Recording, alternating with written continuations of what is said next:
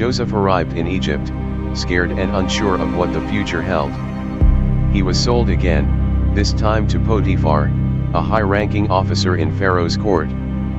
Potiphar was the captain of the guard, a man of power and influence. Even though Joseph was far from home, he chose to work hard and remain faithful. He believed that God was still with him, even in this strange land. Over time, Potiphar noticed Joseph's honesty and skill. Everything Joseph did seemed to succeed. This man has something special, Potiphar thought. So, he put Joseph in charge of his entire household. Joseph managed everything: servants, food, and finances, and because of him, Potiphar's house flourished. But just as Joseph's life seemed to improve, trouble came knocking. Potiphar's wife noticed Joseph. He was young, handsome, and strong, and she wanted him. Day after day, she tried to get him to betray Potiphar by being with her. "Come lie with me," she said. But Joseph refused. "How could I do such a wicked thing and sin against God?" he replied. Joseph avoided her as much as he could, but she wouldn't give up. Then one day, when no one else was around, she cornered him.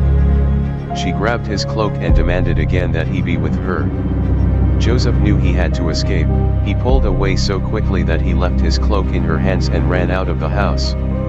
Angry and humiliated, Potiphar's wife decided to take revenge. She screamed, calling the other servants. "Look! This Hebrew slave tried to attack me," she lied, holding up Joseph's cloak as proof. When Potiphar came home, she told him the same story. "That slave you brought here tried to humiliate me," she said. Potiphar was furious, or so it seemed. He had Joseph thrown into prison, even though deep down, he might have doubted his wife's story. After all, he knew Joseph's character. Once again, Joseph found himself in a pit, this time, the dark and lonely cells of Pharaoh's prison. It would have been easy for him to give up, to feel abandoned by God. But Joseph didn't. He continued to trust that God had a plan, even if he couldn't see it yet. In prison, Joseph's integrity shone through. The warden noticed how reliable and trustworthy Joseph was and put him in charge of the other prisoners. Just like in Potiphar's house, everything Joseph touched seemed to prosper.